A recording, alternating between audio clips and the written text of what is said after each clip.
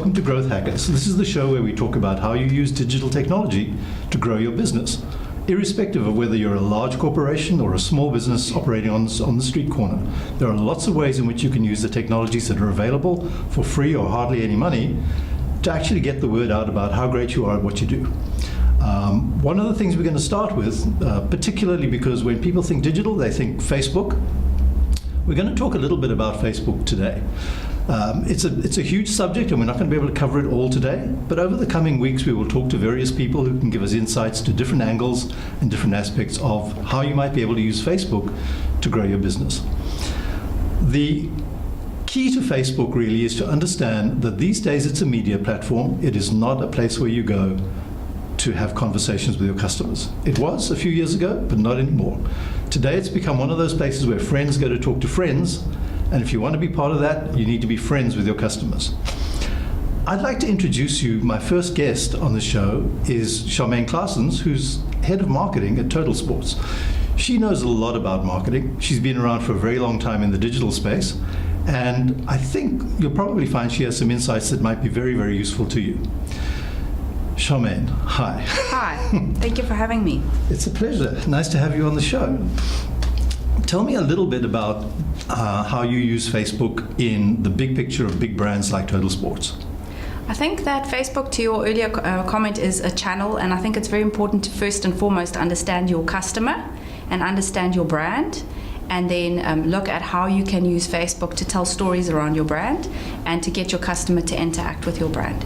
So I would say it starts with marketing, and it starts with a brand, and it starts with a strategy, and then I think it's to look at Facebook and to see what you can do within that space to use it to your best advantage. Okay, so let's break that down a little bit.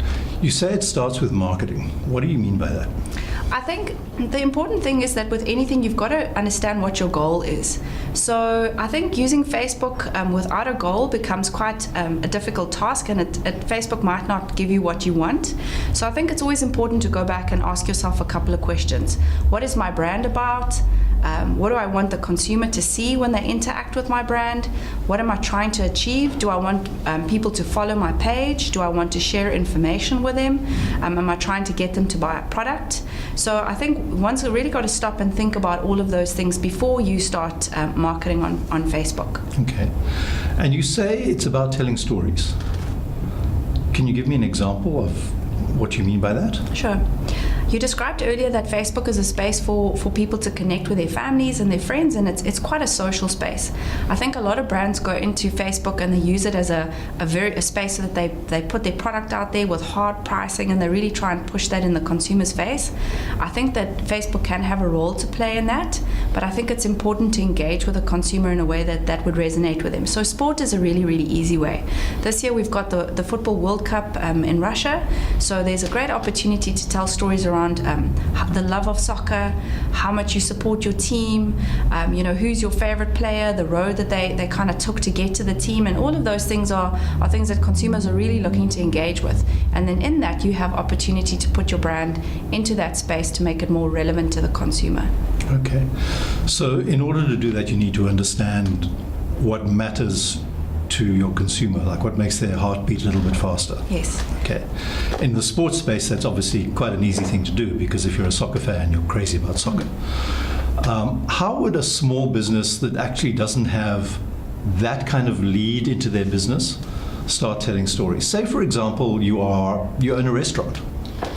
How do you tell stories around a restaurant? How do you get people to actually want to share those stories? That's a very good question. I think that Facebook is an opportunity to really put some beautiful pictures and content and video out. So I think there's opportunity if you're a restaurant and you're specializing in a certain kind of food, is to take beautiful photographs of your restaurant, beautiful photographs of the kind of food that you sell, and tell stories around that. So, come together as friends and help the consumer to imagine themselves in your space, coming into your restaurant and what that would look like and feel like. So emotion is very, very key in your marketing strategy with Facebook. You want the consumer to feel something when they are engaging with your brand. And if I was in a restaurant space, those are the kind of strategies that I would use, is help the consumer see the food that you serve, the feeling that they'd get when they sit at a table and share the meal with their friends and family, so that if they imagine themselves in that space, it becomes easier for people to choose that restaurant. Okay. Now, that assumes that you've already got people who are seeing the content that you're putting out there. How do you achieve that? How do you actually get people to see your stuff before they can start engaging with it and sharing it and talking about it? What would be some of the things that you might do? I think it's always going to be a challenge with Facebook. So I will say that whether you're a small brand or a big brand, I think that is one of the challenges of using Facebook as a medium. So the things that I think one could look at is you could use advertising on Facebook to get people to get to know your page or know about your page, to get people to follow your page. If you get people to, if you just start posting content and it's something that people really like, the more people that like it, the more people will see those kinds of things on Facebook, and you could start growing an organic following. Or you could be very deliberate and you could start advertising your Facebook address or your URL, as you would call it, on all of your other marketing material. You could have it in your restaurant space, and you just really make it quite top of mind. But it's always a challenge to kind of grow and get an audience on Facebook. Charmaine, you talk about advertising. Okay, most people, when they hear advertising, they think, well, I don't have the money for that. You know, advertising creates images in your mind of people shooting exotic locations and buying 30-minute slots on television. How expensive is it to advertise on Facebook relative to some of those other media? I think that Facebook advertising could really give you a good return on the investment if you use it in a smart way. So the thing that I quite like about Facebook is that you can use as much money as you want to or as little money as you want to.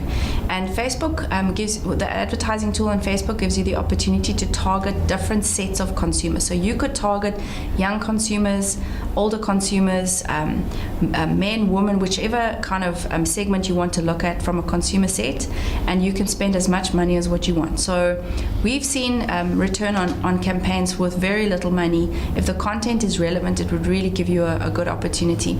I think that advertising on Facebook is a combination of choosing the right consumer audience to promote your ad to, as well as making sure you're showing them the right thing. And sometimes that's also determined through a bit of trial and error. Nothing is always going to work 100% the first time, but I think it's good to experiment and to learn, and then to use more of those strategies later. Okay, excellent. And the great thing about Facebook is that you can target geographically. So you could literally go down and say, I want to target everybody between the ages of 21 and 36 who is female within a 5-kilometer radius of where my business is located. So you don't waste money talking to people who'll never be customers. So that automatically makes it affordable already. How much do you think a small business should be playing with from a money point of view to start out in advertising their business? Say you're a local business. Let's go back to the restaurant example. Say you're a local restaurant and you think that people might come to you from a 10-kilometer radius of where you are, and you wanted to try advertising on Facebook. Are we talking about 100 Rand, $100, 1,000? What are we talking about as an experiment? I have run campaigns from 100 Rand to 10,000 Rand to 50,000 Rand. Sometimes the 100 Rand campaigns have just worked as well as some of the campaigns where you spend a lot of money. Okay. So when I first started working with Facebook as a medium, I didn't have a lot of money to spend in an advertising space. It was very new in those days, and I saw some great success from running campaigns for 100 Rand. The thing that I really liked about it was when my budgets were quite small, was that I could manage how that money was spent. So you put a kind of a cap on it. So when your 100 Rand is finished, then your campaign is finished. So you never run the risk of really spending more money than what you've kind of put through as your initial budget. And I think that gives the person, the business owner or the advertiser, the opportunity to control the campaigns, which gives people a lot of peace of mind. Because advertising, to your earlier point, can be quite expensive. You talk a lot about the business owner doing the advertising. Does a business really need an advertising agency to do this for them, or can it really be done by one person that isn't particularly clued up with advertising? I think it can be done by anybody. So I think if you carve out the time and you've got the plan, I think that you don't have to be trained in advertising. I think that the Facebook tools are quite intuitive. They'll help you to make the decision. So I think if you've got the finances and you want to appoint somebody, of course they can do it for you. But I think that doing it yourself is completely achievable. And sometimes you learn really, really good lessons by doing it yourself. So to give an example, when I first started working on Facebook, I wasn't trained in Facebook. I learned through trial and error, and I really think that the platform is very intuitive for any user of any level. Okay, so somebody who's busy running a business, they're working long hours, sometimes 7 days a week. How much time do they need to carve out in order to market their business on Facebook? Well, that's quite a broad question. It's a very broad question. It could be an hour a day. It could be 2 hours. I think the more consumers are going to interact with you, there will come a tipping point where you start realizing that the community is very active. And one of the things is that if you are running a page on Facebook that you're getting a lot of engagement, I would say that there comes a tipping point where you need to start focusing on chatting back to those consumers, answering their questions, keeping the conversation going. One doesn't know until you start, so it really could be a variation of an hour or two a day to when your brand really starts taking off. It could become a full-time focus for somebody, depending on how many people are interacting with you. You talk about interacting and engagement, and engagement is one of those words that is used all the time when you talk about social media and Twitter and Facebook and so on. What do we mean by engagement? It's become one of those things which is almost a political football. What do you mean by engagement? I mean engagement by if somebody takes the time to interact with a brand and ask you a question. Engagement for me means going back to that customer and answering their question, or putting them in touch with somebody who can, or giving them an answer, to content, or maybe they ask for more information. So engagement for me means that brands take the time to answer their customers and to make sure that they feel heard.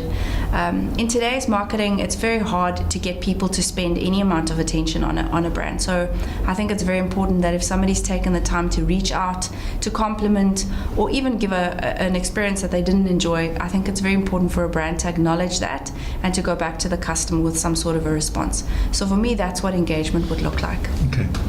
I want to come back to engagement a bit later, but the thing that I come across a lot in companies when they go, should we, shouldn't we, on Facebook or Twitter or any one of those other platforms, is what if people say bad things about us? There's this fear in brands that if we put ourselves out there in the social media, then people will criticize us, they'll say bad things, they'll share bad experiences, it'll totally amplify one person's negative experience, it'll put off a lot of potential customers. How would you react to that comment? Is it true that you need to be really careful about that, or is it something you should just embrace as part of business? I think you have to embrace it as part of business. So over the years, marketing has moved from brands speaking to consumers to consumers speaking back to brands. And I think when that starts happening, there's always going to be a bit of a conversation around, I like this, I didn't like this, I had a really bad experience. I think if people take the time to interact with you, that's amazing that you get that feedback, because it gives you an opportunity to hear it and to take it back and to improve the problem, or to answer the consumer in a favorable way. I think that it's always difficult to hear negative feedback, because I think everybody goes out to do their best job.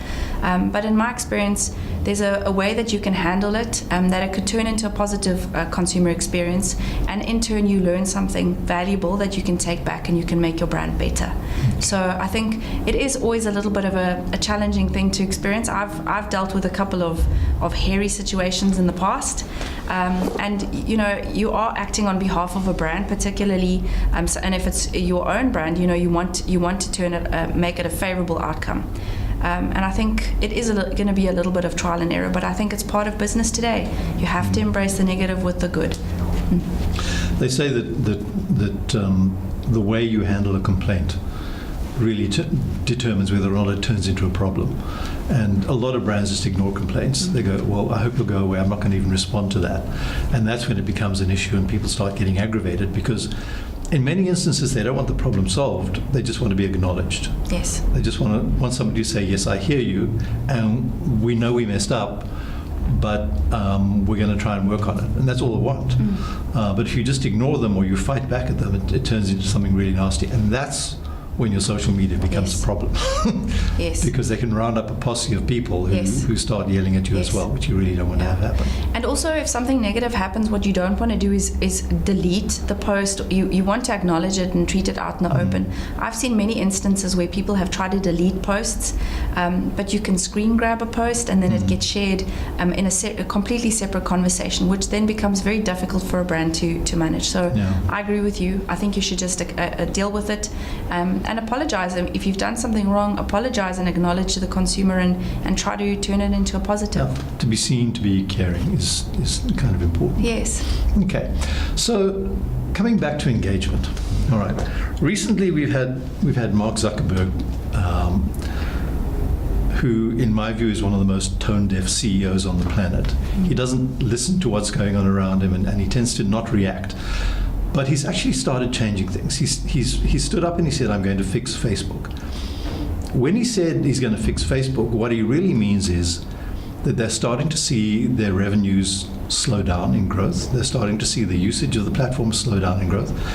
Admittedly, and when you've got 2 billion users, it's hard to see any more growth out there. But they're starting to see pushback against the amount of commercial content in Facebook. And when there's too much commercial content in people's faces, they start going somewhere else. They start going, I don't like this anymore. It happened way back when with MySpace.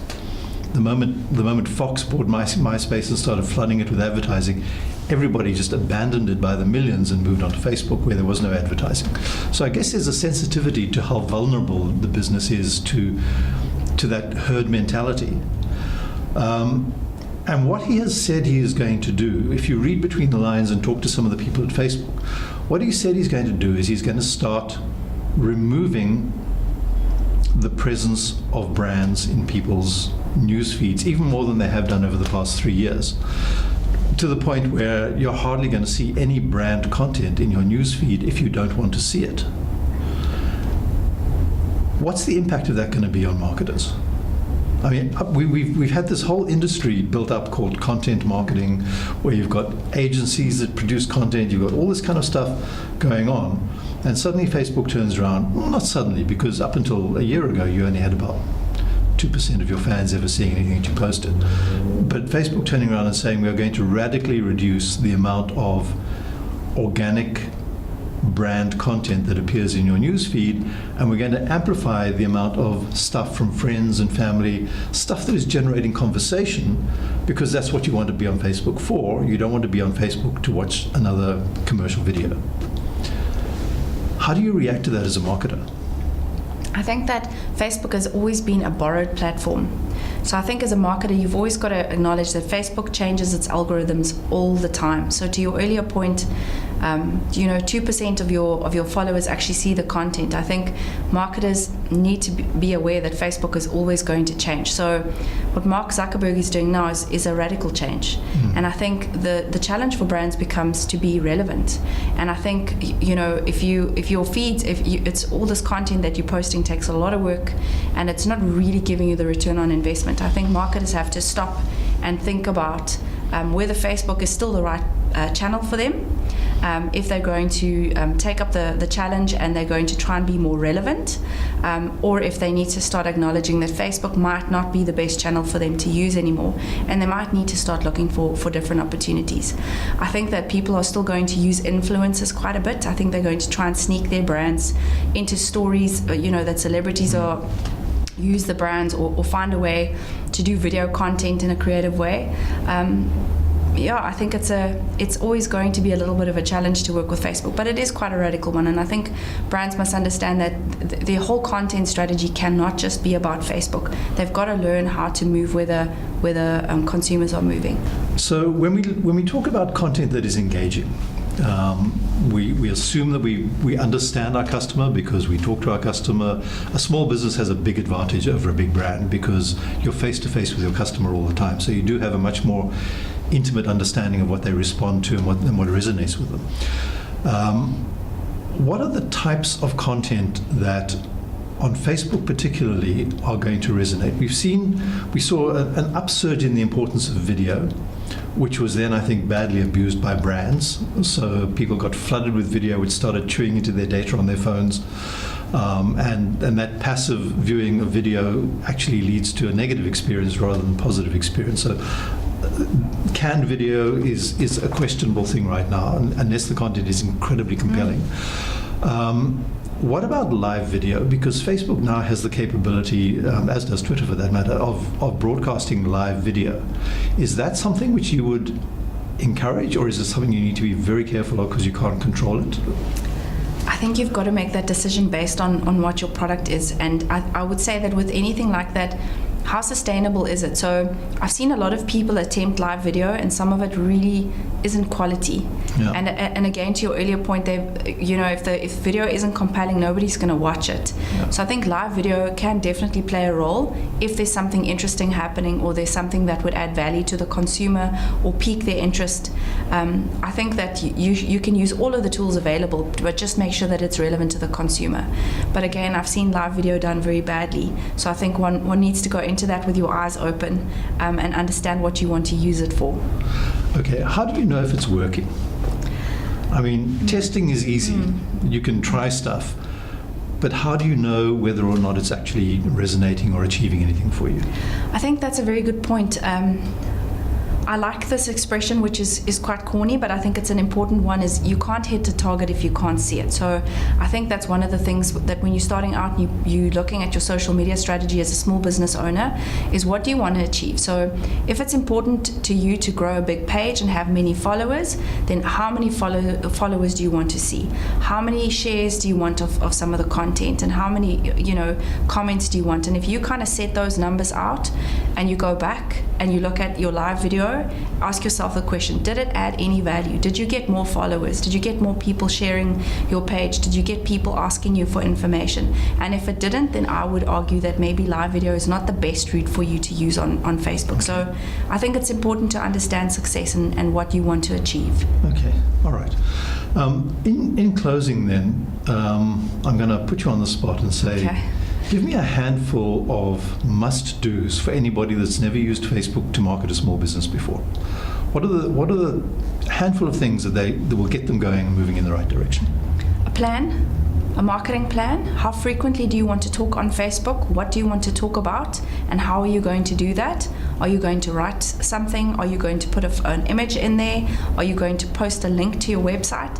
Think about that and work out a calendar so that you can hold yourself to a plan. Understand who you want to target. Who is that consumer? Where do they live? How old are they? Start thinking around some of those questions, and then work out what does success look like. So do you want people to call you? Do you want people to follow you? And if you work out sort of a set of measures that would mean success for you, I think that would be very important. And then, because I'm a brand and a marketing guy, I'd say work on the brand. What is your brand about? What do you want people to experience? What do you want them to feel when they're interacting with you? And those are some of the key things you can start asking yourself around, and then put that back into your plan. And then the last thing that I would say is learn. Nobody gets it right the first time. Be open-minded.